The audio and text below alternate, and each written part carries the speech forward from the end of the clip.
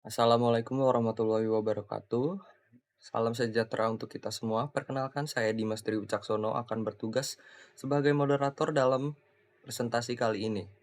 Kami dari kelompok 10 dengan judul Privacy dan Keamanan di Era Digital, Kesadaran Masyarakat Terhadap Perlindungan Data Pribadi, yang beranggotakan kelompok. Yang pertama ada Amelia Rizkina Hadianti, selanjutnya Dimas Dri Wicaksono, Femina Febrianti, Fandi Febrian Wijanarko, Eliza Febriani, Ahmad Tamimi Nur Rahman, Muhammad Didal Faris, Farhan Fawas Alamsyah, Al-Azimus Sultanika, Aditya Gunawan, Ismet Maulana Azhari, Fatur Rahman, Firdaus Satrio Utomo, Adim Agus Sugianto. Dalam presentasi kali ini ada berbagai macam poin. Yang pertama ada latar belakang yang akan disampaikan oleh saya sendiri. Selanjutnya ada poinnya. Poin yang kedua yaitu identifikasi masalah sampai tujuan penelitian yang akan disampaikan oleh Fatur Rahman. Selanjutnya ada manfaat penelitian yang akan dijelaskan oleh Fandi Febrian. Selanjutnya ada teknik pengumpulan data yang akan disampaikan oleh Firdaus. Selanjutnya ada konsep privacy digital yang akan dijelaskan oleh Ahmad Tamimi Nur Rahman. Selanjutnya ada keamanan data pribadi yang akan disampaikan oleh Vina Febrianti. Selanjutnya ada literasi digital dan kesadaran masyarakat yang akan disampaikan oleh Farhan Fawas Alamsyah. Selanjutnya ada regulasi dan kebijakan perlindungan data yang akan disampaikan oleh Amelia Rizkina. Selanjutnya ada etika digital dan tanggung jawab pengguna yang akan disampaikan oleh Al-Azimus Sultanika.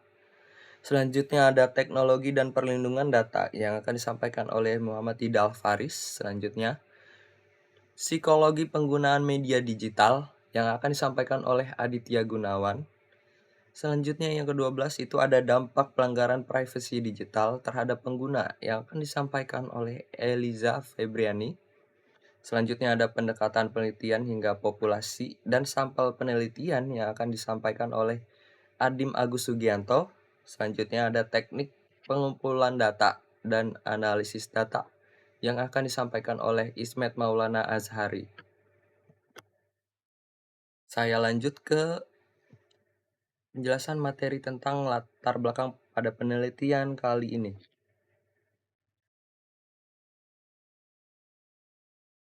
Baik. Sebenarnya apa yang melatar belakangi pada penelitian kali ini? Jadi,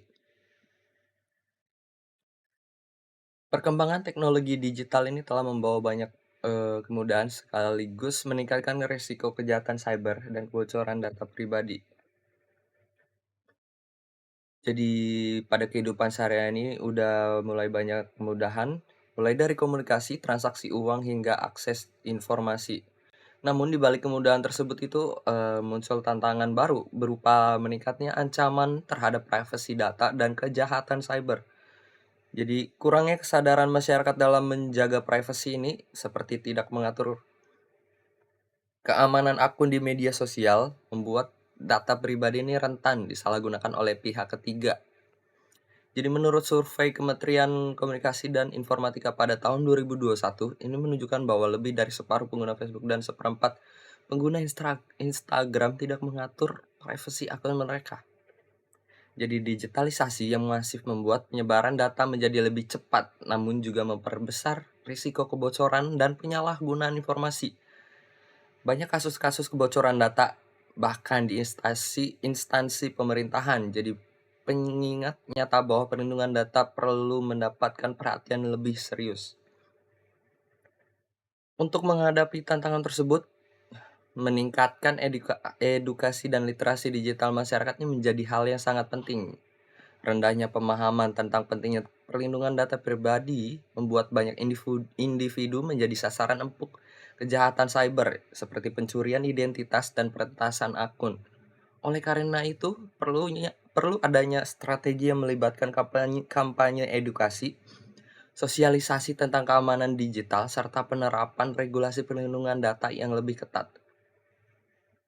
Pemerintah, lembaga pendidikan, dan organisasi masyarakat harus berperan aktif dalam membangun kesadaran akan pentingnya penggunaan teknologi yang aman dan bertanggung jawab.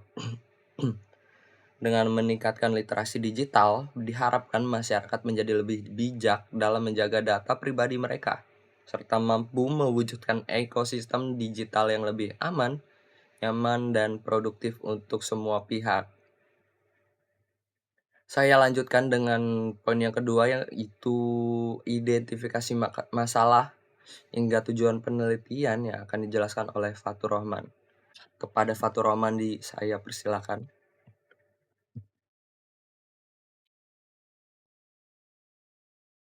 Terima kasih Dimas atas perkenalannya. Nama saya Fatur Rahman. Di sini saya akan menjelaskan tiga aspek dalam penelitian kami. Yang pertama ada identifikasi masalah, yang kedua ada rumusan masalah, yang ketiga ada tujuan penelitian. Nah, identifikasi masalah ini saya dapat dari ringkasan data belakang.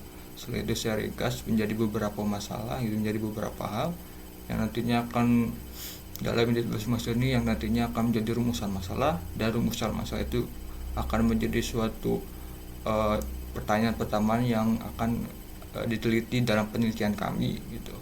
Nah, yang pertama ada identifikasi masalah. Yang pertama itu adanya rendahnya tingkat literasi digital masyarakat Indonesia, khususnya mengenai privasi dan keamanan data pribadi. Nah, yang kedua ada meningkatnya kasus kebocoran data di berbagai sektor yang menunjukkan kerentanan sistem keamanan digital.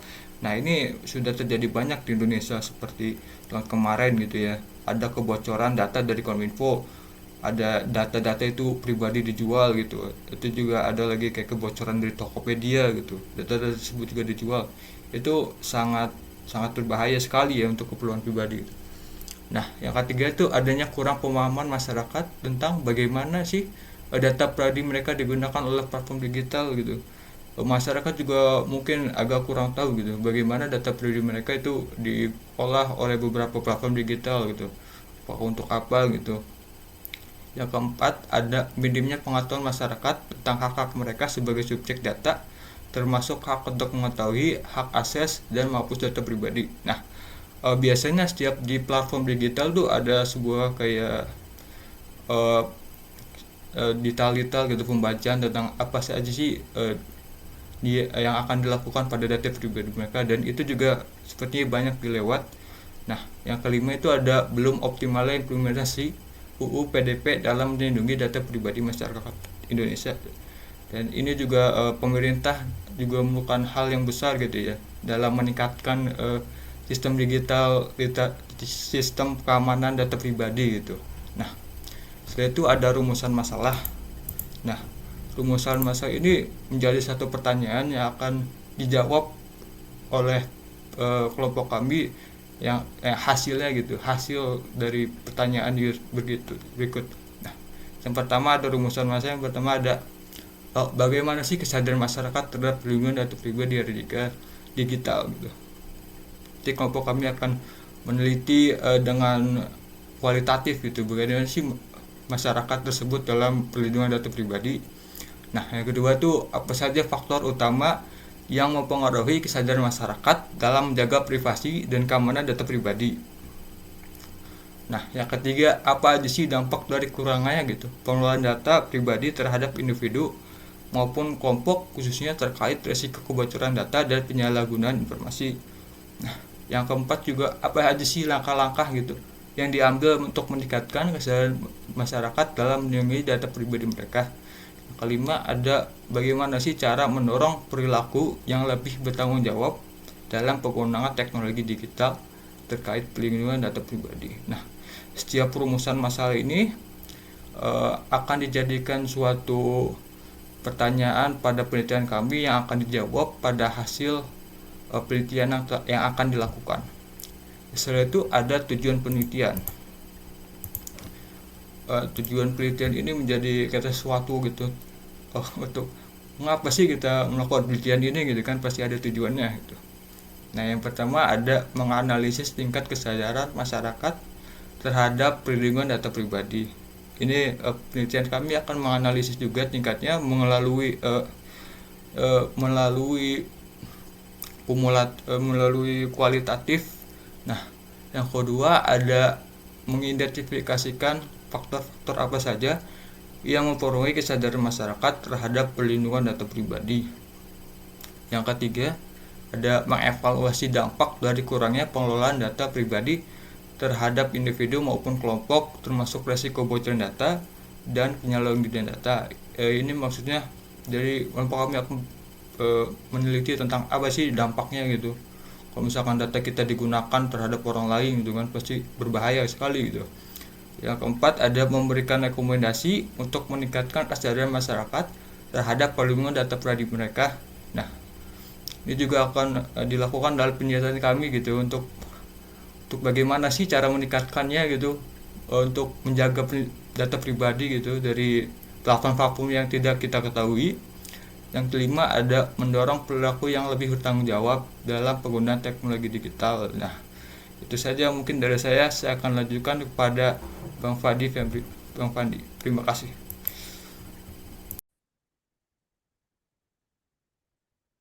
Sebelumnya, izin memperkenalkan diri, nama saya Van Febrian Wijanarko dengan NIM akhir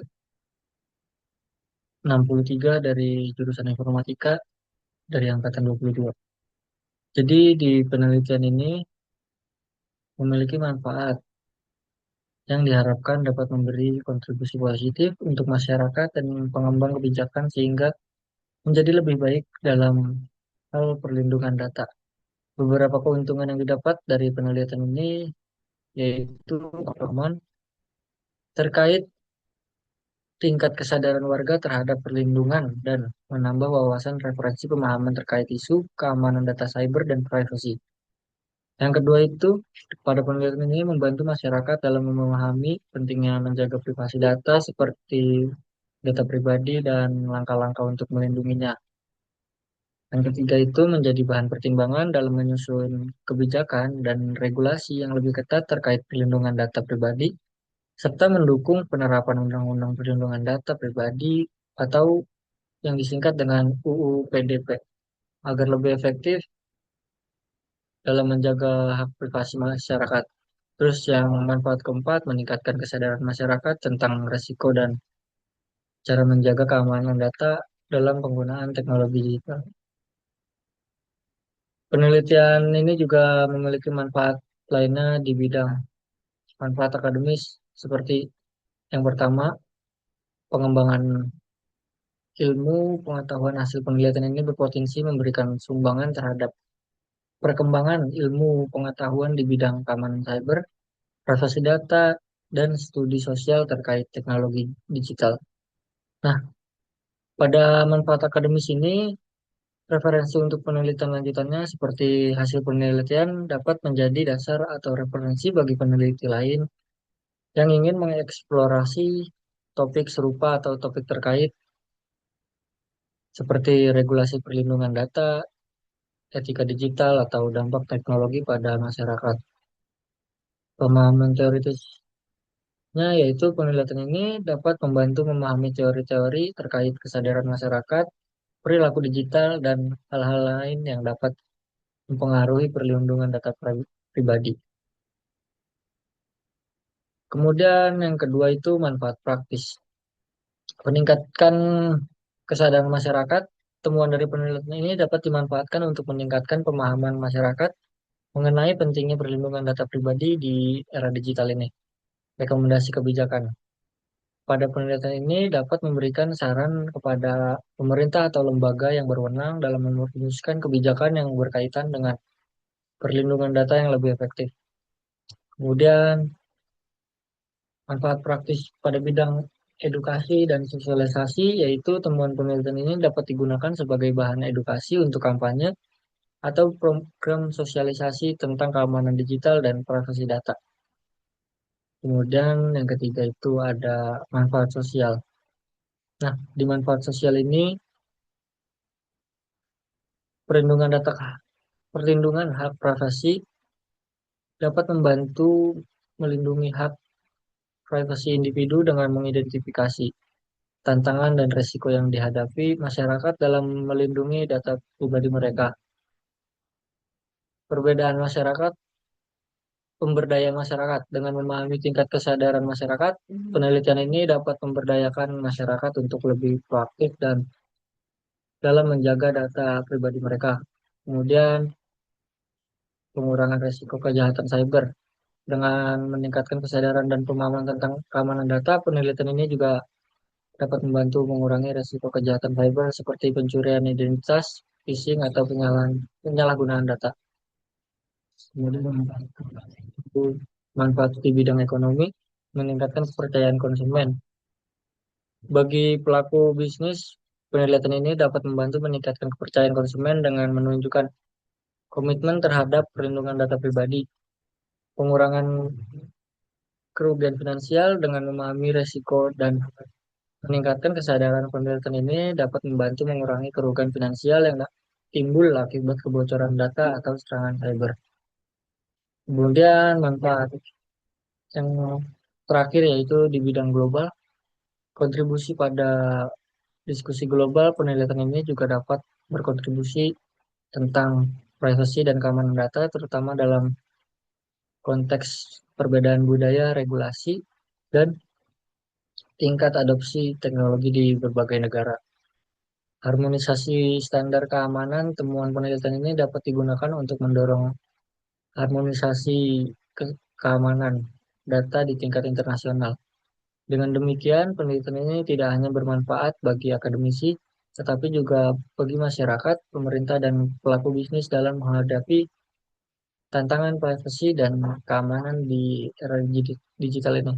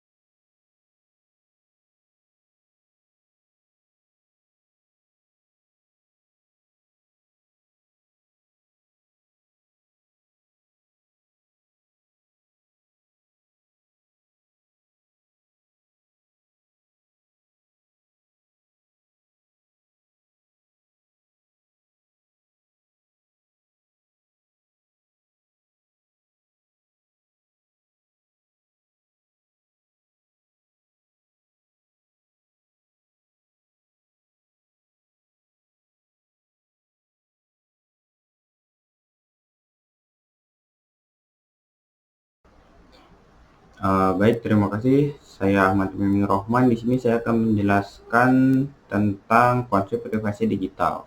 Nah, konsep privasi digital itu awal dari kajian teori yang sudah kami buat. Hal pertama yang perlu kita ketahui tentang konsep privasi digital itu kita harus mengetahui terlebih dahulu tentang definisinya. Jadi konsep privasi digital itu merupakan hak individu untuk mengatur informasi pribadi mereka dalam lingkungan digital. Informasi pribadi ini mencakup data identitas. Berarti data identitas itu sendiri merupakan segala sesuatu hal yang kalian masukkan atau bersifat pribadi, yang menurut kalian bersifat pribadi. Nah, biasanya data pribadi atau data identitas ini ada pada saat kalian ingin membuat suatu akun atau jejak digital kalian. Contohnya, kalian membuat akun sosial media seperti Facebook, Instagram, Twitter. Nah, data-data pribadi kalian atau identitas kalian sendiri itu ada pada pengelola dari Facebook, Instagram, dan Twitter itu sendiri. Lalu ada juga riwayat aktivitas online. Segala sesuatu yang kalian dilakukan secara online itu memiliki rekam jejaknya sendiri. Seperti misal kemarin kalian membeli barang secara online di toko X. Nah, hal itu tuh dapat dilihat oleh orang lain juga. Atau misal kalian mengakses YouTube. Nah, hal itu juga dapat diketahui oleh orang lain melalui jaringan yang kalian pakai. Lalu ada juga lokasi geografis. Nah, saya yakin kalian juga tidak asing dengan GPS. GPS itu kan alat untuk melacak lokasi kalian atau mengetahui sebuah lokasi. Nah, GPS juga dapat menyimpan data historis dan lokasi spesifik di mana kalian berada. Nah, hal tersebut merupakan hal yang bersifat privasi dan oleh karena itu segala hal privasi pastilah harus dilindungi. Lalu terakhir ada preferensi pengguna.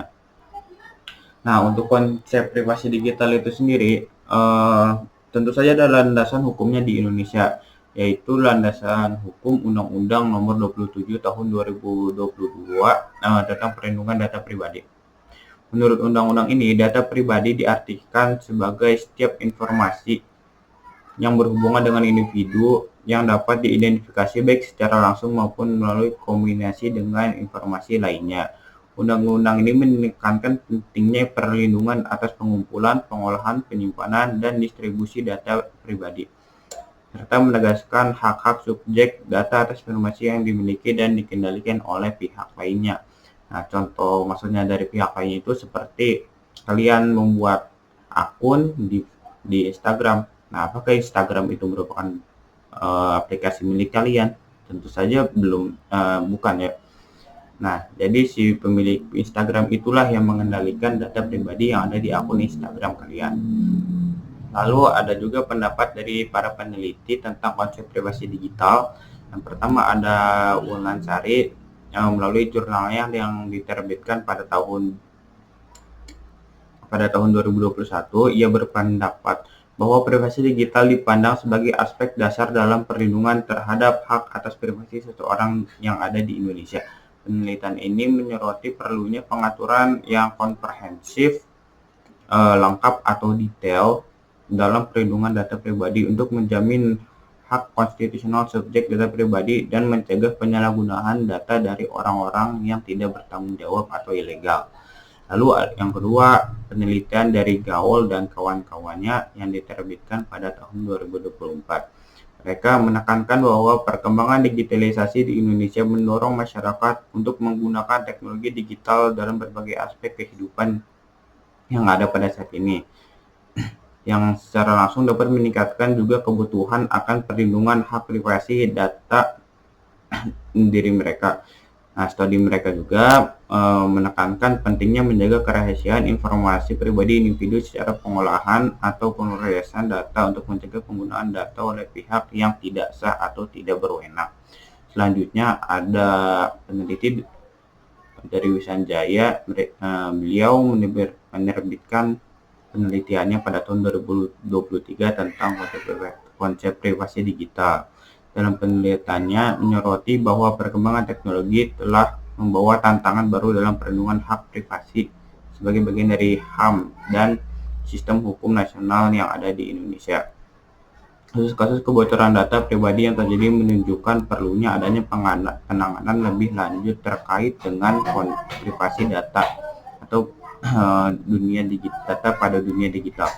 Nah, jadi kesimpulannya, dengan demikian privasi digital bukan hanya menjadi isu teknis atau legal semata, melainkan juga isu sosial yang menuntut partisipasi aktif dari seluruh elemen masyarakat, dimulai dari pemerintahan, lalu orang-orang industri, dan tentu saja dari masyarakat atau penggunanya itu sendiri. Demikian presentasi saya terkait konsep privasi digital. Selanjutnya dilanjutkan oleh teman saya. Terima kasih.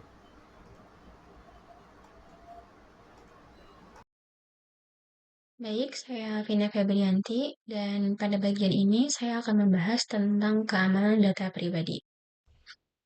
Pertama-tama, apa itu keamanan data pribadi? Keamanan data pribadi mencakup seluruh langkah, teknologi, serta kebijakan yang dirancang untuk melindungi informasi individu dari akses, penggunaan, ataupun penyebaran yang tidak sah. Data pribadi ini bisa meliputi banyak hal seperti nama lengkap, alamat rumah, nomor kartu identitas, bahkan sampai data biometrik dan aktivitas online kita. Seiring dengan berkembangnya teknologi digital, jumlah data yang dikumpulkan dan diproses pun meningkat secara drastis. Hal ini tentu membawa tantangan baru dalam menjaga privasi individu, mengingat potensi penyalahgunaan data juga semakin besar. Melindungi data pribadi sebenarnya bukan hanya tentang teknologi saja, ada aspek hukum, sosial, dan etika yang juga harus diperhatikan. Hak atas privasi adalah bagian dari hak asasi manusia, dan ini harus dijamin dalam masyarakat yang demokratis. Di Indonesia sendiri, perlindungan data pribadi semakin diperkuat sejak diberlakukannya Undang-Undang Perlindungan Data Pribadi atau bisa disebut UU PDP pada tahun 2022. Undang-undang ini diadopsi dari prinsip-prinsip General Data Protection Regulation atau GDPR yang berasal dari Uni Eropa dan bertujuan untuk memberikan perlindungan lebih baik terhadap hak-hak individu atas data pribadinya. Selanjutnya, mari kita lihat apa saja ancaman terhadap keamanan data pribadi. Ancaman ini sangat beragam dan terus berkembang. Beberapa yang paling umum antara lain, yang pertama ada serangan cyber seperti malware, phishing, ransomware, dan serangan denial of service. Jenis-jenis serangan ini memanfaatkan celah keamanan untuk mencuri atau mengakses data secara ilegal. Menurut data dari Badan Cyber dan Sandi Negara, jumlah serangan cyber di Indonesia meningkat sebesar 35% hanya dalam 2 tahun terakhir. Sektor perbankan dan e-commerce menjadi target utama mengingat tingginya nilai transaksi di sektor ini. Yang kedua adalah kebocoran data yang bisa disebabkan oleh peretasan ataupun kelalaian dalam pengelolaan data. Berdasarkan laporan Lembaga Riset Keamanan Cyber Indonesia, lebih dari 1,4 miliar data pribadi warga Indonesia terekspos dalam periode 2019 hingga 2023. Insiden ini melibatkan sektor kesehatan, pemerintahan, hingga keuangan. Yang ketiga, ada ancaman dari dalam atau insider threats. Ancaman ini terjadi ketika individu yang memiliki akses sah terhadap data malah menyalahgunakannya. Kasus insider threats ini sering kali lebih sulit dideteksi dan dapat menimbulkan kerugian yang lebih besar dibandingkan serangan eksternal. Yang keempat, ada penipuan identitas. Ini terjadi ketika data pribadi yang dicuri digunakan untuk tujuan kriminal, seperti membuka rekening bank palsu atau melakukan transaksi ilegal. Survei dari Asosiasi Penyelenggara Jasa Internet Indonesia menyatakan bahwa 78% masyarakat Indonesia merasa khawatir terhadap keamanan data mereka di platform digital. Dan terakhir, ada pengumpulan data berlebihan. Banyak perusahaan teknologi yang mengumpulkan data pengguna dalam jumlah besar dengan alasan untuk meningkatkan layanan. Namun, tanpa transparansi yang jelas, hal ini berpotensi membuka peluang penyalahgunaan di masa depan. Nah, untuk melindungi data pribadi, ada berbagai upaya yang bisa kita lakukan, baik secara individu maupun institusional. Yang pertama adalah penggunaan enkripsi end-to-end. Teknologi ini memastikan bahwa data yang dikirimkan hanya bisa dibaca oleh pihak yang berhak, sehingga mencegah pencurian selama proses transmisi. Yang kedua adalah penerapan autentikasi multifaktor atau MFA. Dengan MFA, akses ke suatu akun tidak hanya mengandalkan satu faktor saja seperti kata sandi, melainkan kombinasi beberapa faktor. Penelitian menunjukkan bahwa MFA dapat mengurangi risiko pembobolan akun hingga 99%. Kemudian, penerapan regulasi seperti UU PDP yang telah disahkan juga sangat krusial. Undang-undang ini mengatur hak-hak pemilik data, kewajiban pengelola data, serta sanksi bagi pihak-pihak yang melakukan pelanggaran.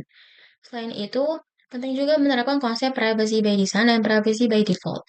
Artinya, perlindungan privasi harus sudah menjadi bagian dari perancangan sistem sejak awal, bukan hanya ditambahkan setelah sistem jadi. Dan yang tidak kalah penting adalah edukasi dan peningkatan kesadaran masyarakat. Masyarakat harus memahami bagaimana melindungi data pribadi mereka sendiri, misalnya dengan menggunakan kata sandi yang kuat, berhati-hati terhadap data mencurigakan, dan membatasi informasi yang dibagikan di platform digital. Lalu, apa sih dampaknya kalau data pribadi kita sampai bocor?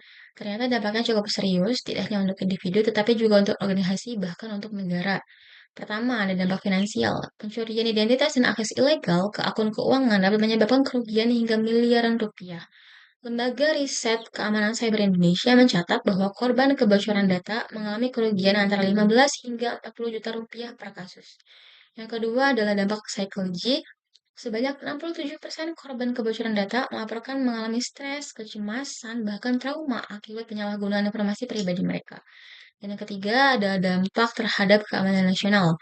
Kebocoran data sensitif bisa dimanfaatkan untuk melancarkan serangan yang lebih besar, misalnya ke infrastruktur penting negara, yang tentu saja dapat membahayakan kedaulatan nasional. Nah, dari semua penjelasan tadi, kita bisa melihat bahwa menjaga keamanan data pribadi adalah tanggung jawab bersama. Baik individu, organisasi, maupun pemerintah harus bekerja sama untuk menciptakan lingkungan digital yang aman. Kita tidak bisa hanya bergantung pada teknologi saja. Diperlukan kombinasi antara regulasi yang ketat, inovasi teknologi, serta kesadaran masyarakat yang tinggi untuk benar-benar melindungi hak-hak kita di dunia digital.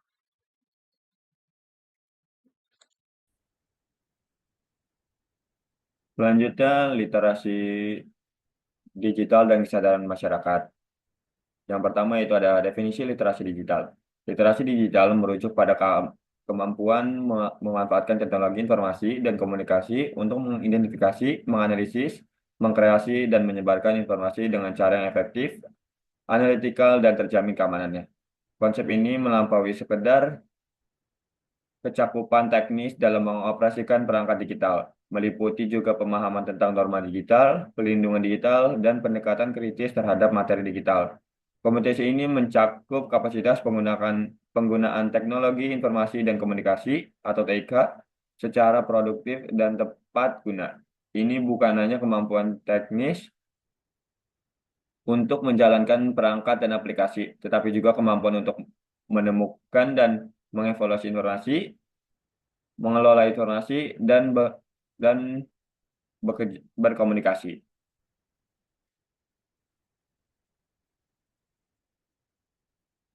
Lalu ada tingkat pemahaman masyarakat tentang keamanan digital.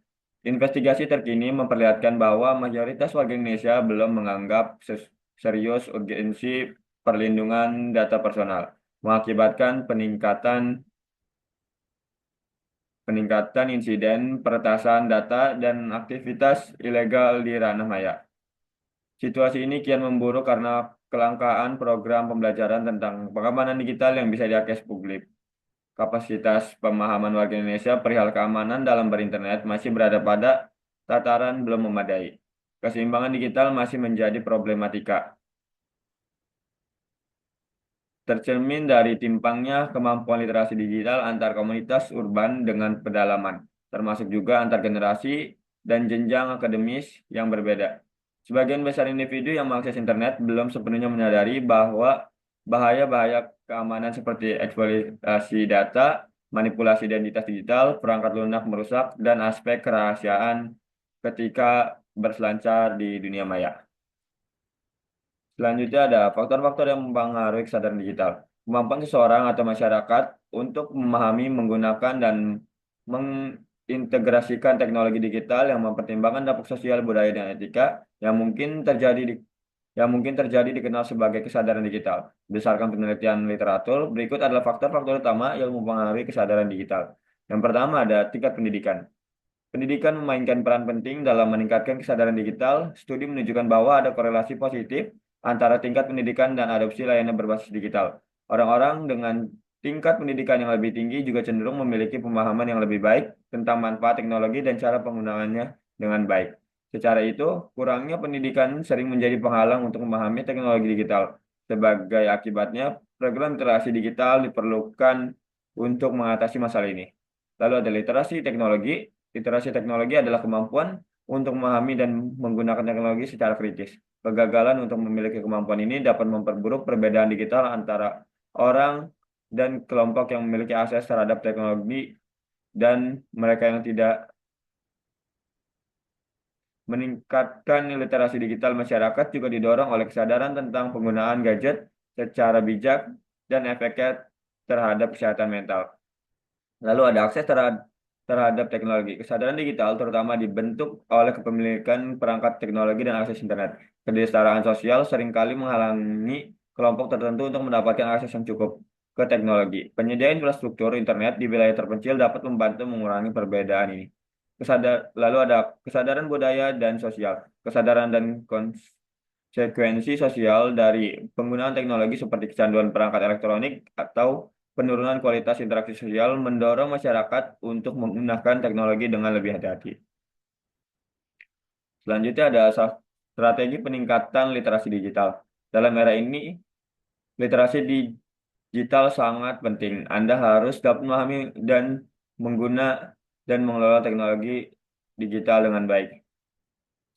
Strategi-strategi yang dapat dipilih yaitu yang pertama pendidikan dan pelatihan, yaitu pelatihan dan lokal karya, memberikan peserta pelatihan langsung di komunitas, sekolah, ataupun tempat kerja tentang keterampilan dasar seperti navigasi internet, penggunaan perangkat lunak, dan keamanan digital.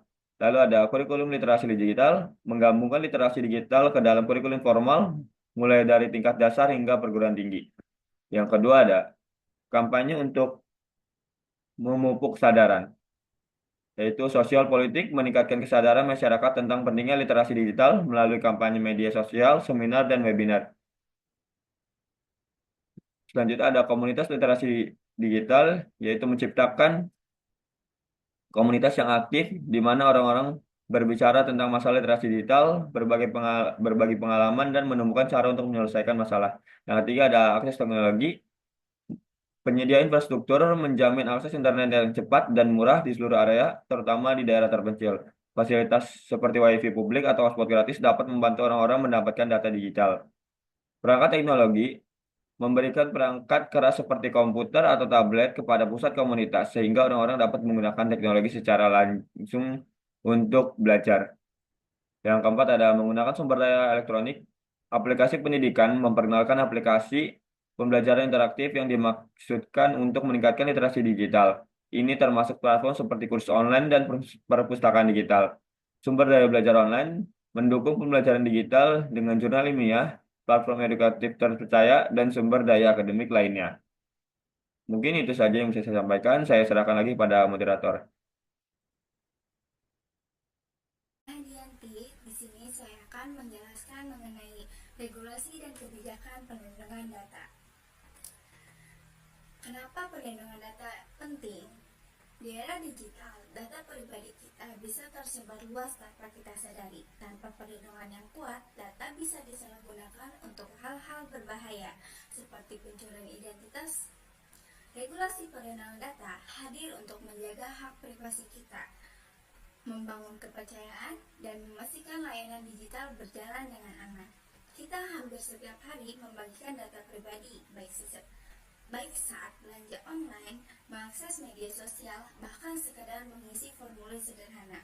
Tapi, pernahkah kita berpikir seberapa amankah data pribadi yang kita bagikan itu? Karena itulah, perlindungan data pribadi menjadi sangat penting. Tanpa regulasi yang jelas, data kita bisa disalahgunakan oleh pihak yang tidak bertanggung jawab. Untuk itulah, berbagai negara di dunia, termasuk Indonesia, menerbitkan regulasi khusus untuk melindungi data pribadi warganya. Di Indonesia, kita mengenal Undang-Undang Nomor 27 Tahun 2022 tentang Perlindungan Data Pribadi atau sering disebut UU PDP. Lewat UU ini, hak-hak pemilik data dijamin, seperti hak untuk mengetahui data apa saja yang dikumpulkan, hak untuk mengoreksi data jika ada kesalahan, hingga hak untuk menghapus data tersebut. Tidak hanya itu, pengendali data atau pihak yang mengumpulkan data dan mengelola data wajib meminta persetujuan dari individu sebelum memproses datanya. Mereka juga berkewajiban menjaga kerahasiaan dan keamanan data, serta tidak boleh menyalahgunakannya untuk tujuan yang tidak sesuai. Jika terjadi pelanggaran, UU PDP mengatur sanksi yang cukup berat, mulai dari denda administratif hingga hukuman pidana. Selain Indonesia, banyak negara lain juga sudah lama menerapkan regulasi serupa, bahkan menjadi standar internasional. Contohnya, di Uni Eropa ada General Data Protection Regulation atau GDPR yang dikenal sebagai regulasi perlindungan data paling ketat di dunia. GDPR memberikan hak sangat luas kepada individu atas datanya, setelah mengharuskan perusahaan untuk menerapkan prinsip-prinsip seperti transparansi, akuntabilitas, dan minimisasi data. Perusahaan yang melanggar bisa dikenakan denda hingga 4% dari pendapatan tahunan global mereka, jumlah yang sangat besar. Lalu di Amerika Serikat ada California Consumer Privacy Act atau CCPA yang memberikan hak kepada konsumen untuk mengetahui data apa yang dikumpulkan, untuk apa digunakan, dan dengan siapa dibagikan. Sementara itu, di Asia, negara seperti Singapura dan Malaysia menerapkan Personal Data Protection Act atau PDPA yang mengatur bahwa data hanya boleh dikumpulkan untuk tujuan yang sah dan harus dilindungi dengan standar keamanan tertentu. Jepang punya Act on the Protection of Personal Information atau APPI yang mengatur ketat pembagian data ke pihak ketiga. Korea Selatan juga tidak kalah ketat dengan Personal Information Protection Act atau PAPA, di mana setiap penggunaan data harus mendapatkan persetujuan eksplisit dari pemilik data dan diawasi ketat oleh lembaga independen. Kalau kita lihat perbandingannya, pendekatan perlindungan data memang berbeda-beda. Uni Eropa lebih ketat dan berbasis prinsip. Amerika lebih sektoral dengan regulasi di tiap negara bagian, sedangkan negara-negara Asia cenderung mengadopsi model berbasis izin dan transparansi. Indonesia sendiri melalui UU PDP mencoba menyesuaikan diri dengan standar internasional supaya aktivitas ekonomi digital kita bisa tetap kompetitif di tingkat global. Pemerintah juga berperan aktif memastikan pelaksanaan regulasi ini. Di Indonesia, Kementerian Komunikasi dan Informatika atau Kominfo serta Badan Cyber dan Sandi Negara atau BSSN bertugas mengawasi implementasi perlindungan data. Mereka tidak hanya mengawasi, tetapi juga mendorong edukasi kepada masyarakat tentang pentingnya menjaga privasi digital. Karena faktanya, perlindungan data bukan hanya tanggung jawab pemerintah atau perusahaan saja, tetapi juga kita sebagai individu. Kita harus lebih waspada dalam membagikan informasi pribadi, menggunakan password yang kuat, serta memahami hak-hak kita terkait data pribadi. Sebagai penutup, perlindungan data pribadi adalah fondasi utama dalam membangun kepercayaan di dunia digital. Dengan regulasi yang kuat dan kesadaran yang tinggi dari semua pihak, kita bisa menciptakan ekosistem digital yang aman, terpercaya, dan berkelanjutan. Terima kasih. Terima kasih kepada moderator yang telah memberikan saya waktu untuk menjelaskan etika digital dan tanggung jawab pengguna. Apa itu etika digital? Norma dan prinsip moral dalam penggunaan teknologi informasi, menjaga hak privasi, keamanan data, dan menghormati hak digital orang lain. Ada isu utama digital, yaitu yang pertama ada pelanggaran privasi data, pengumpulan, penyimpanan, dan penggunaan data tanpa izin. Menurut Wisnowski and Page pada tahun 2022, privasi data merupakan hak fundamental yang harus dilindungi dalam era digital. Lalu yang kedua ada penyalahgunaan data. Data digunakan untuk tujuan komersial tanpa persetujuan. Salah satu bentuk pelanggaran etika dalam konteks teknologi informasi adalah penyalahgunaan untuk kepentingan komersial dan tanpa persetujuan yang jelas dari pengguna. Praktek ini seringkali melibatkan penggunaan data pribadi untuk targeting iklan atau penjualan data ke pihak ketiga. Lalu yang ketiga ada kebocoran data. Data jatuh ke pihak tidak bertanggung jawab. Nah, jadi masalah kebocoran data juga merupakan pelanggaran etika yang serius dan semakin meningkat frekuensinya. Seiring dengan semakin banyaknya data yang dikumpulkan dan disimpan secara digital. Jadi menurut laporan dari Bisogni dan Asgari pada tahun 2020, jadi ada jumlah insiden kebocoran data terus meningkatkan dari tahun ke tahun. Dengan konsekuensinya yang semakin parah, yang disengaja hingga kelalaian dalam pengelolaan keamanan data. Dampak dari kebocoran data dapat sangat luas dan jangka panjang, termasuk pencurian identitas, kerugian finansial, dan bahkan ancaman terhadap keselamatan fisik dalam kasus-kasus tertentu.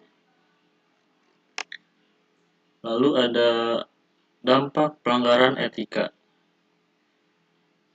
Yang pertama ada kerugian finansial. Jadi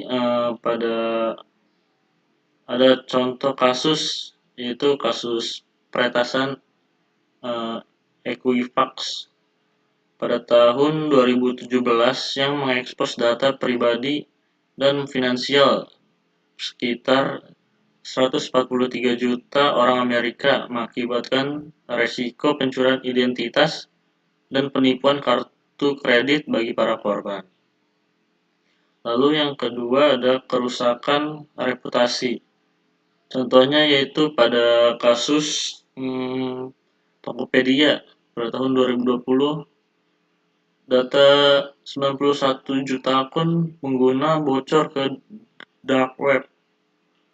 Jadi ada imbasnya itu banyak pengguna berhenti belanja di Tokopedia. Tokopedia harus kerja ekstra keras memperbaiki citra melalui akun dan kampanye keamanan data. Lalu ada ancaman terhadap demokrasi. Contohnya yaitu kasus Cambridge Analytica. Jadi banyak pertanyaan yang sangat serius tentang integritas proses demokrasi di era digital. Kemampuan untuk menargetkan pesan politik secara presisi berdasarkan profil psikografis individu dapat memperdalam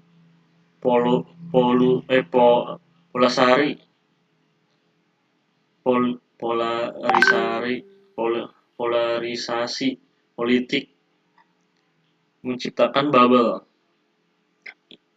informasi yang terisolasi serta potensial mempengaruhi hasil pemilihan. Hal ini menantang asumsi dasar tentang kebebasan memilih dan membentuk opini publik dalam masyarakat demokrasi. Lalu ada tanggung jawab pengguna. Yang pertama ada mengelola privasi secara aktif, atur pengaturan akun, waspada terhadap penyalahgunaan data. Lalu yang ketiga ada bijak dalam berbagi informasi online. Lalu yang terakhir itu ada peran penguatan etika digital, yaitu ada regulasi harmonisasi UU perlindungan data, industri. Yang kedua ada industri, audit etika dalam pengembangan produk. Yang ketiga masyarakat, literasi digital dan kampanye edukasi. Cukup sekian dari saya kembalikan ke moderator. Oke, di sini saya akan menjelaskan teknologi dan perlindungan data. Sebelumnya perkenalkan, nama saya Muhammad Ridal Faris. Oke, langsung saja. Yang pertama dari definisinya terlebih dahulu. Jadi pelindungan data menjadi semakin penting seiring dengan kemajuan teknologi. Apalagi di zaman sekarang yang memang teknologi sudah semakin maju dan juga modern. Dalam konteks ini, beberapa aspek utama yang perlu diperhatikan adalah perkembangan teknologi pengamanan data, metode enkripsi, peran kecerdasan buatan AI atau artificial intelligence, dan tantangan terhadap privasi. Itu adalah 4 poin yang akan saya jelaskan. Yang pertama, dari perkembangan teknologi pengamanan data. Teknologi pengamanan data terus berkembang untuk menghadapi ancaman cyber yang semakin kompleks. Di tahun 2025, terdapat 3 poin yang mungkin harus kita ketahui karena mungkin ini suatu hal yang baru. Yang pertama, enkripsi kuantum. Jadi, enkripsi kuantum itu dia menggunakan prinsip fisika kuantum untuk menciptakan komunikasi yang sangat aman. Jadi, memungkinkan pengirim data tidak dapat diretas oleh siapapun. Jadi dia tidak dapat terdeteksi. Lalu ada yang namanya arsitektur zero trust pada poin kedua.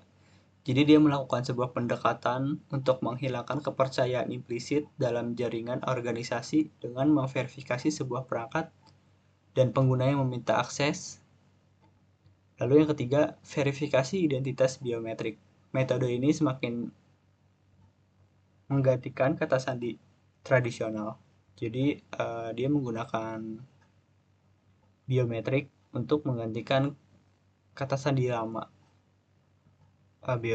Jadi lebih baru, lebih modern ketimbang kata sandi sebelumnya.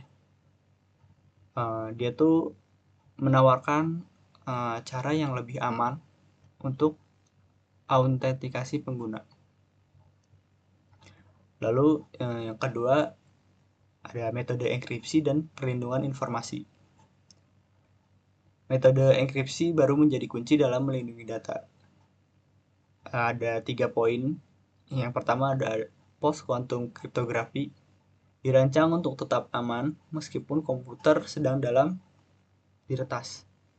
Ya, sebagai digunakan dalam meretas atau sedang diretas. Lalu yang kedua ada homomorphic encryption. Dia dapat memungkinkan pemrosesan data terenkripsi tanpa perlu mendeskripsikannya terlebih dahulu. Sangat penting untuk aplikasi yang memerlukan privasi tinggi. Lalu yang ketiga, zero knowledge proof. Metode kriptografi yang memungkinkan satu pihak membuktikan kebenaran suatu pernyataan tanpa mengungkapkan informasi tambahan.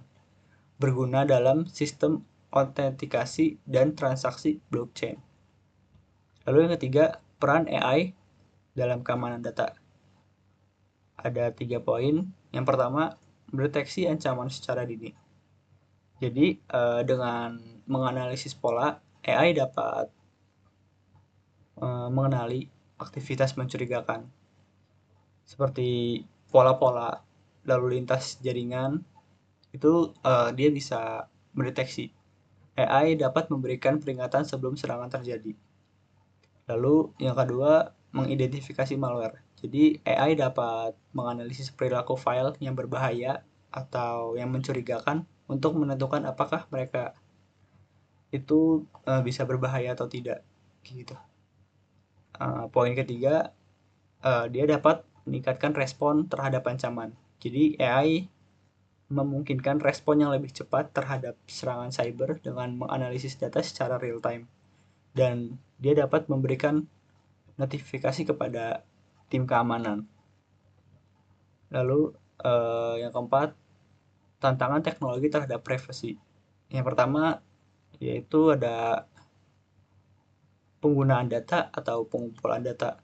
Jadi banyak teknologi baru mengumpulkan dan memproses data pribadi dengan cara yang dapat menimbulkan resiko privasi jika tidak dikelola dengan baik.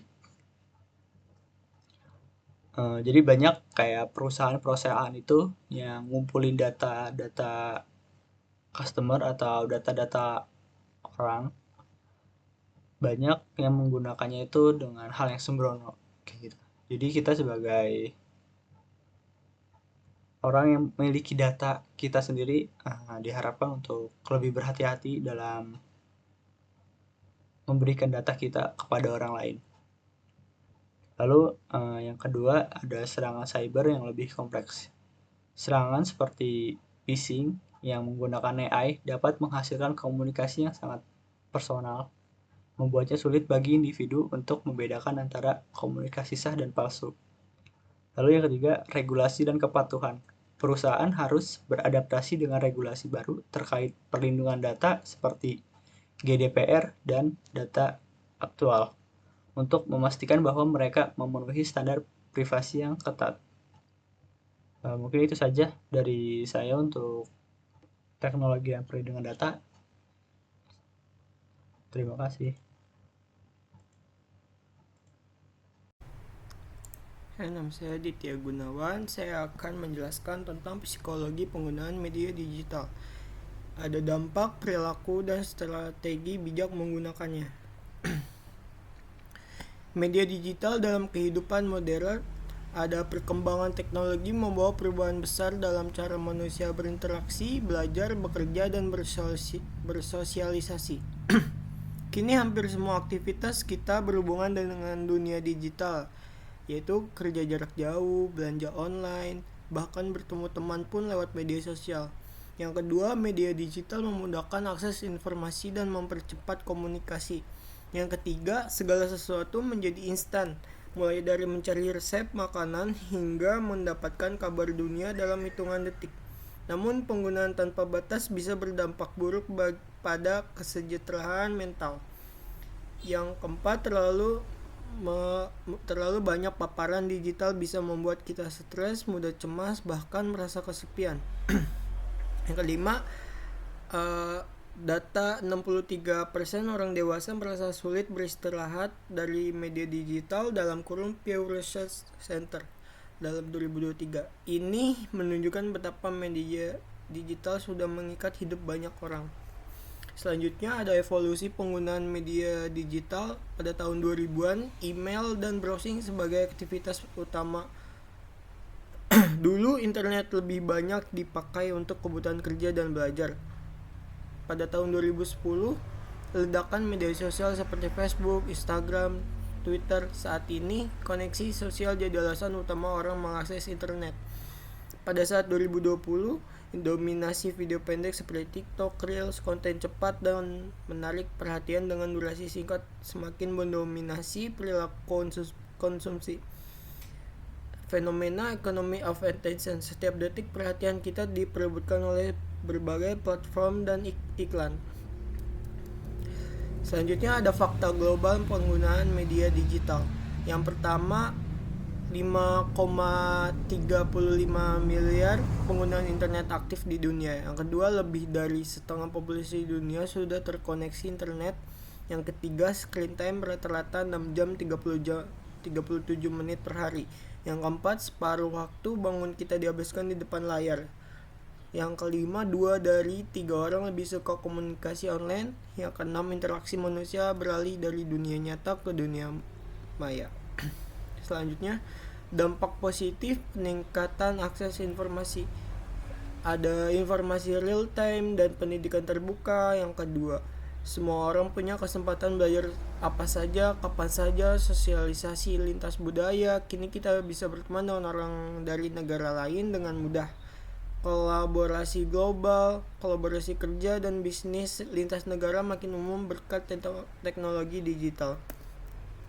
Selanjutnya, dampak positif ruang ekspresi diri. Media digital memperluas ruang kreativitas. Orang bisa menulis blog, membuat musik, film pendek, atau gambar digital. Komunitas support positif. Banyak komunitas online hadir untuk saling mendukung kesehatan mental, minat hobi, atau isu global.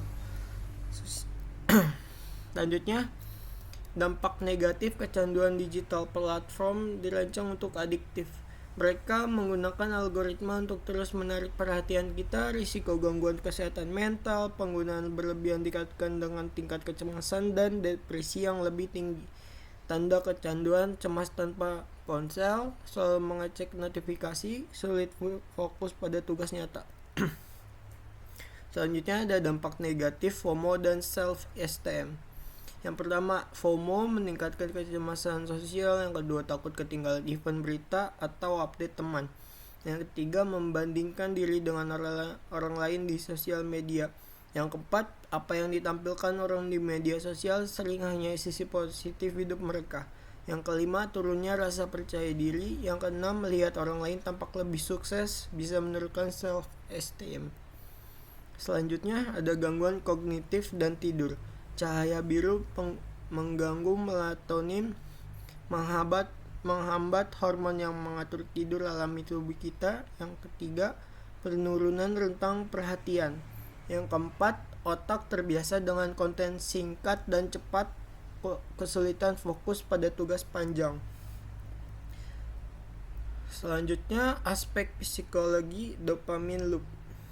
Yang pertama ada like, share, komentar, sama dengan reward instan. Setiap validasi sosial mengaktifkan area otak yang sama dengan kecanduan zat. Yang kedua, membentuk kebiasaan compulsive checking. Sulit berhenti mengecek media sosial bahkan tanpa notifikasi. Selanjutnya, strategi bijak. Kontrol penggunaan. Yang pertama, batasi waktu layar. Gunakan aplikasi pemantau waktu seperti Digital Wellbeing.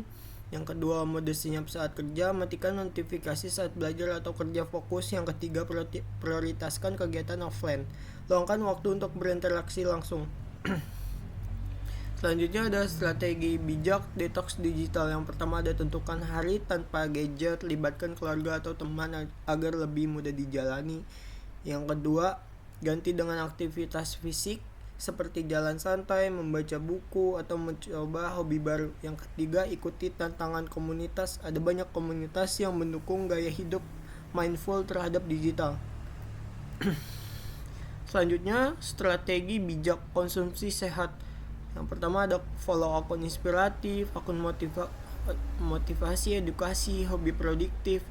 Yang kedua ada unfollow akun toksik, unfollow akun yang membuat kita merasa buruk tentang diri sendiri. Yang ketiga, buat daftar konten sehat, misalnya daftar YouTube channel edukasi favorit. Selanjutnya, kesimpulan bijak di era digital. Media digital adalah alat, bukan penguasa hidup. Kita yang menentukan bagaimana memanfaatkan teknologi. Kuncinya kesadaran pengelolaan prioritas. Sadari dampaknya, kelola penggunaannya, dan prioritaskan kehidupan nyata. Selanjutnya, ada kutipan penutup. We become what we behold. We save your tools and then your tools save us. Dari Marshall McLuhan. Teknologi membentuk perilaku kita, gunakan dengan bijak. Segitu saja dari saya. Selanjutnya teman saya yang akan melanjutkan. Terima kasih. Baik, terima kasih. Selanjutnya di sini saya Riza Febriani dengan NIM 33372200074 akan melanjutkan penjelasan terkait dampak pelanggaran privasi digital terhadap pengguna atau impact of digital privacy breaches on users. Jadi, pelanggaran privasi digital itu terjadi ketika data pribadi seseorang diakses, digunakan, atau disebarluaskan tanpa izin yang sah. Pelanggaran ini bisa disebabkan oleh berbagai faktor, seperti adanya peretasan, penyalahgunaan data oleh pihak ketiga, atau kebocoran informasi karena kelalaian. Di era digital saat ini, di mana data pribadi menjadi aset yang sangat berharga, pelanggaran privasi tidak hanya menimbulkan kerugian material, tetapi juga berdampak luas pada berbagai aspek kehidupan dari pengguna. Berikut ini ada beberapa dampak signifikan dari pelanggaran privasi digital yang akan saya jelaskan. Pertama itu kerugian finansial. Jadi salah satu dampak yang paling nyata dari pelanggaran privasi digital adalah kerugian finansial. Ketika data seperti nomor kartu kredit, informasi rekening bank, atau identitas pribadi lainnya dicuri, pihak yang tidak bertanggung jawab dapat menggunakannya untuk melakukan transaksi ilegal. Misalnya, pencurian identitas bisa membeli barang secara daring, meminjam uang, atau bahkan mengakses aset finansial korban tanpa sepengetahuan mereka. Akibatnya, korban dapat menghadapi tagihan tak terduga, saldo rekening kosong, atau bahkan utang yang tidak mereka buat. Pemulihan dari kerugian ini pun seringkali memerlukan waktu, tenaga, dan biaya yang tidak sedikit, terutama apabila melibatkan proses hukum. Yang kedua itu ada kehilangan kepercayaan. Jadi kehilangan kepercayaan adalah dampak jangka panjang lain yang muncul akibat pelanggaran dari privasi. Saat seorang merasa dikhianati oleh platform atau layanan digital yang mereka gunakan, mereka cenderung akan lebih berhati-hati lagi, bahkan skeptis terhadap teknologi. Rasa takut berbagi informasi pribadi bisa meluas ke semua layanan digital, dari media sosial hingga aplikasi keuangan. Dalam skala yang lebih besar, pelanggaran semacam ini juga dapat menyebabkan kehilangan pelanggan dan dapat mempengaruhi pertumbuhan bisnis dari suatu perusahaan. Yang ketiga itu ada exposure data pribadi. Jadi exposure data pribadi adalah risiko serius dari pelanggaran privasi digital. Informasi seperti alamat rumah, nomor telepon, lokasi kerja, hingga riwayat kesehatan seseorang ini bisa tersebar luas tanpa adanya kontrol. Data ini bisa digunakan oleh pihak yang tidak bertanggung jawab untuk berbagai tujuan negatif. Jadi contohnya itu ya seperti penipuan, pemerasan, atau bahkan ancaman fisik itu bisa terjadi. Tidak jarang individu yang datanya terekspos mengalami pelecehan, perundungan, atau penguntitan yang berdampak langsung pada rasa aman dari kenyamanan mereka. Keempat itu ada penyalahgunaan identitas.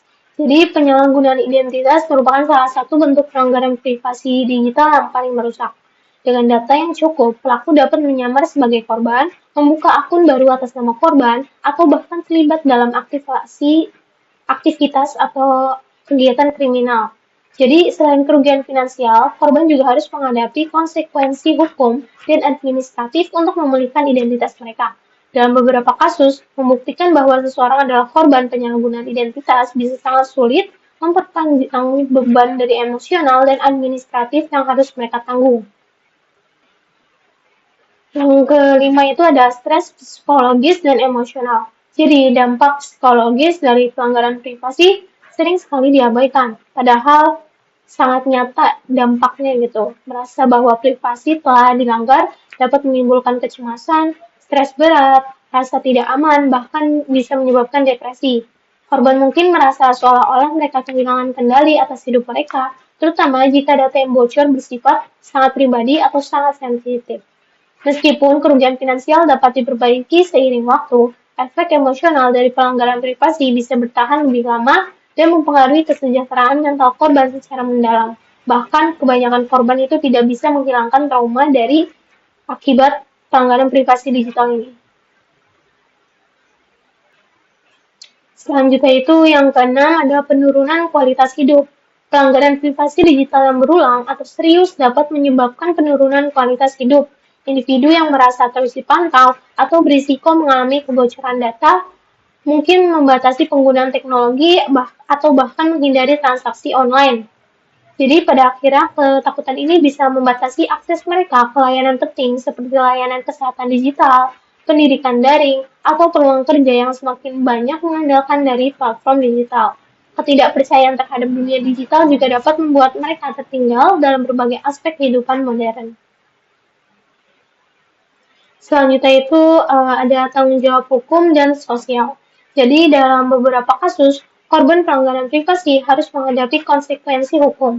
Misalnya jika identitas mereka digunakan untuk melakukan penipuan atau kejahatan lain, mereka mungkin harus membuktikan ketidakbersalahan mereka di pengadilan. Proses ini bisa panjang, rumit, dan menguras energi serta sumber daya. Selain itu, ada pula dampak sosial seperti rusaknya reputasi di komunitas atau di tempat kerja akibat penyebaran informasi pribadi atau manipulasi data yang bocor. Ketidakpastian ini tidak hanya membebani korban secara pribadi, tetapi juga memperburuk ketidaksetaraan sosial di masyarakat. Jadi dari beberapa dampak yang sudah saya jelaskan tadi, secara keseluruhan ini pelanggaran privasi digital memiliki multidimensial yang sangat serius, bukan hanya menyangkut kerugian finansial atau risiko keamanan, tetapi juga mempengaruhi aspek emosional, sosial, dan hukum dalam kehidupan seseorang. Oleh karena itu, penting bagi pengguna untuk meningkatkan literasi digital mereka, bagaimana melindungi data pribadi mereka, serta waspada terhadap ancaman keamanan yang mungkin muncul. Di sisi lain, kesadaran akan pentingnya privasi digital juga perlu menjadi bagian dari pendidikan kewarganegaraan. Sebagai warga negara yang aktif dan bertanggung jawab, individu ini perlu memahami hak mereka untuk memastikan keamanan dan privasi dalam dunia digital, serta perlindungan data pribadi atau mendukung inisiatif regulasi. Dengan demikian, masyarakat bisa bersama-sama menciptakan lingkungan digital yang lebih aman, adil, dan terpercaya. Sekian penjelasan saya, selanjutnya akan dijelaskan oleh rekan saya. Kepada rekan saya dipersilakan.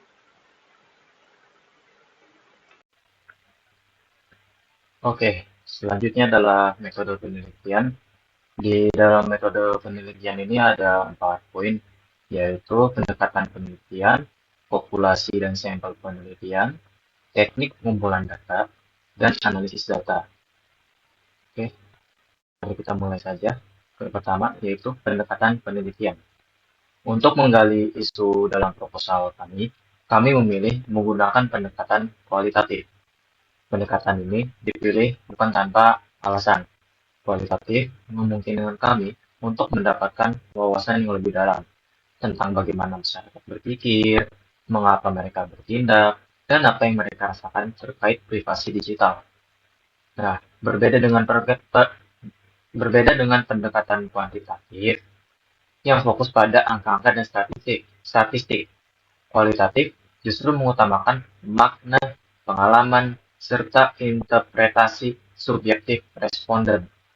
Kami percaya bahwa kesadaran terhadap keamanan data tidak bisa diukur hanya dengan presentase, tetapi harus dipahami konteks sosial, budaya, dan perilaku sehari-harinya. Nah, untuk menerapkan pendekatan ini, kami menggunakan 2 metode utama, yaitu kuesioner semi terstruktur dan studi literatur. Yang pertama melalui kuesioner.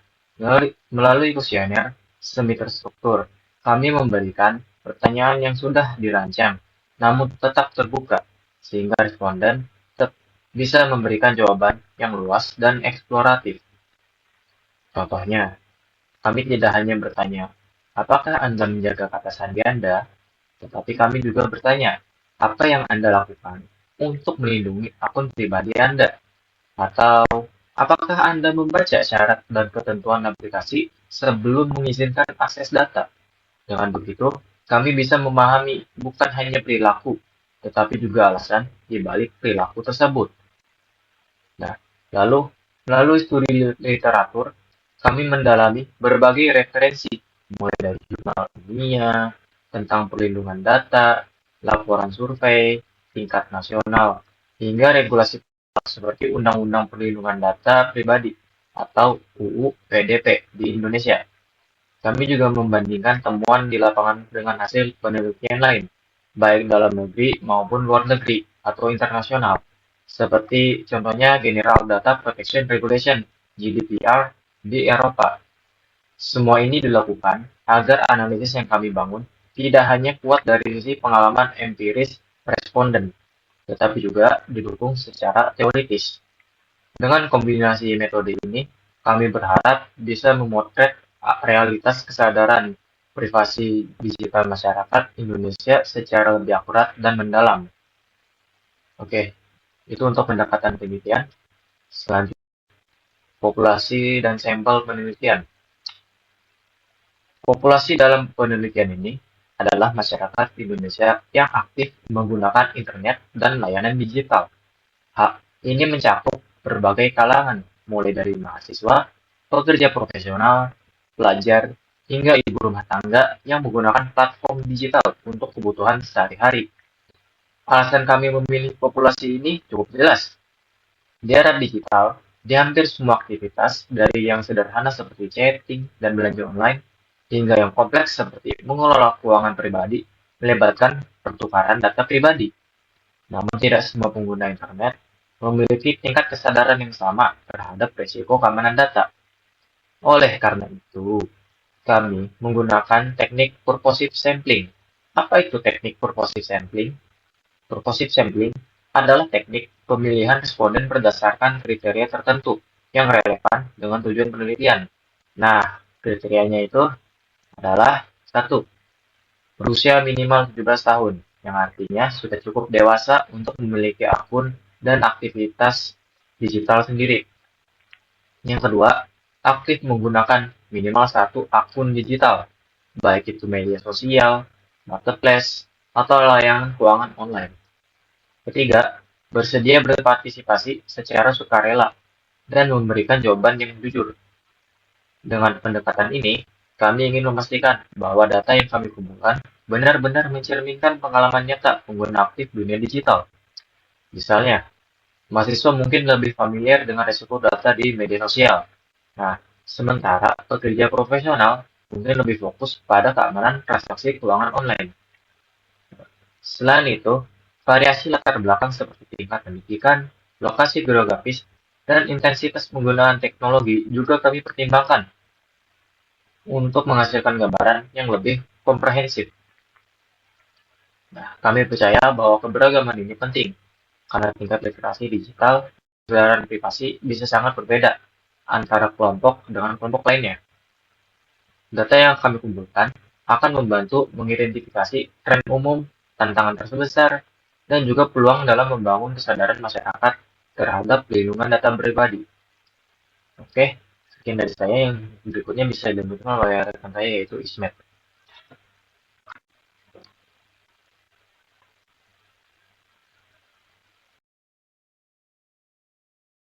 Oke, selanjutnya izinkan saya menyampaikan materi tentang teknik pengumpulan data dan analisis data dalam penelitian kami yang berjudul Privasi dan Keamanan di Era Digital. Kesadaran masyarakat terhadap perlindungan data pribadi. Dalam proses penelitian, teknik pengumpulan data menjadi aspek yang sangat penting karena menentukan kualitas hasil analisis. Dalam penelitian ini, kami menggunakan 2 metode, yaitu studi literatur dan juga kuesioner berbasis Google Form. Kedua metode ini digunakan untuk memastikan bahwa data yang diperoleh itu relevan, mendalam, dan dapat menjawab rumusan masalah secara tepat. Metode yang pertama, yaitu studi literatur. Kami menelusuri berbagai sumber akademi terpercaya seperti jurnal ilmiah, buku, laporan penelitian, hingga artikel-artikel yang relevan. Melalui studi literatur ini, kami membangun landasan teori yang kuat, memperluas pemahaman mengenai isu privasi data, serta membandingkan penelitian kami dengan studi-studi terdahulu. Kemudian, metode yang kedua adalah kuesioner berbasis Google Form. Google Form dipilih karena praktis, mudah diakses, serta memiliki fitur analisis data seperti grafik dan persentase otomatis.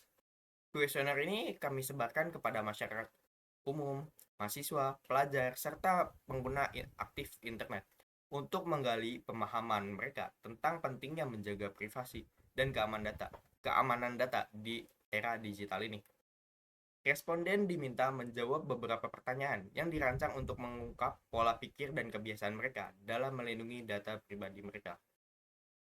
Selanjutnya, kita akan beralih ke bagian analisis data. Kita ketahui bersama, pengguna teknologi digital saat ini sangatlah masif.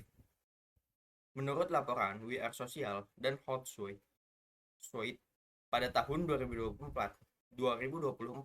lebih dari 70% penduduk dunia sudah terhubung dengan internet. Pengguna internet rata-rata menghabiskan lebih dari 6 jam per hari untuk aktivitas online, termasuk media sosial, belanja, daring, hingga layanan perbankan. Ini menunjukkan betapa besar ketergantungan kita terhadap dunia digital dalam kehidupan sehari-hari. Namun, di balik tingginya penggunaan ini, kesadaran masyarakat terhadap perlindungan data pribadi ternyata masih rendah. Hasil studi dari Kaspersky tahun 2023 mengungkapkan setengah dari pengguna internet tidak membaca kebijakan privasi saat mendaftar di platform digital. Sekitar 40% pengguna masih memakai kata sandi yang sama untuk banyak akun. Dan hanya 30% pengguna yang menerapkan autentifikasi dua faktor. Kebiasaan-kebiasaan inilah yang meningkatkan resiko keamanan dan membuka peluang terjadinya pelanggaran data. Di Indonesia sendiri, kasus kebocoran data cukup mengkhawatirkan. Contohnya, ada kebocoran data pada BPJS Kesehatan pada tahun 2021 yang melibatkan 279 juta pengguna yang bocor datanya. Kemudian ada kasus IndiHome di tahun 2022 dengan 26 juta data pelanggan yang terekspos, serta insiden peretasan yang dialami oleh Bank Syariah Indonesia atau BSI pada tahun 2023. Kasus-kasus ini tentu menggerus kepercayaan masyarakat terhadap layanan digital, serta menunjukkan pentingnya perlindungan data yang lebih serius. Sebagai respon terhadap situasi ini, pemerintah Indonesia mengesahkan Undang-Undang Perlindungan Data Pribadi atau UU PDP pada tahun 2022. Undang-undang ini mengatur hak pengguna atas data pribadi mereka, serta memberi sanksi pada pihak yang melakukan penyalahgunaan data. Namun, implementasi dari undang-undang ini masihlah sangat susah karena kita harus mengedukasi kepada masyarakat serta keterbukaan dari perusahaan digital mengenai pengelolaan data pengguna. Edukasi publik yang lebih masif, transparansi, dan kolaborasi lintas sektor sangatlah diperlukan. Sebagai kesimpulan, penelitian ini menunjukkan bahwa kesadaran masyarakat terhadap perlindungan data pribadi masih perlu ditingkatkan. Meskipun regulasi telah diterapkan, banyak pengguna internet yang belum menerapkan langkah-langkah keamanan digital dasar seperti penggunaan kata sandi yang kuat atau autentifikasi dua faktor. Oleh karena itu, perlu dilakukan kampanye edukasi digital secara berkelanjutan, pengetatan kebijakan keamanan oleh perusahaan teknologi, serta pemberdayaan masyarakat untuk lebih peduli terhadap privasi mereka di dunia digital ini. Demikianlah yang dapat saya sampaikan. Semoga materi ini bermanfaat. Assalamualaikum warahmatullahi wabarakatuh.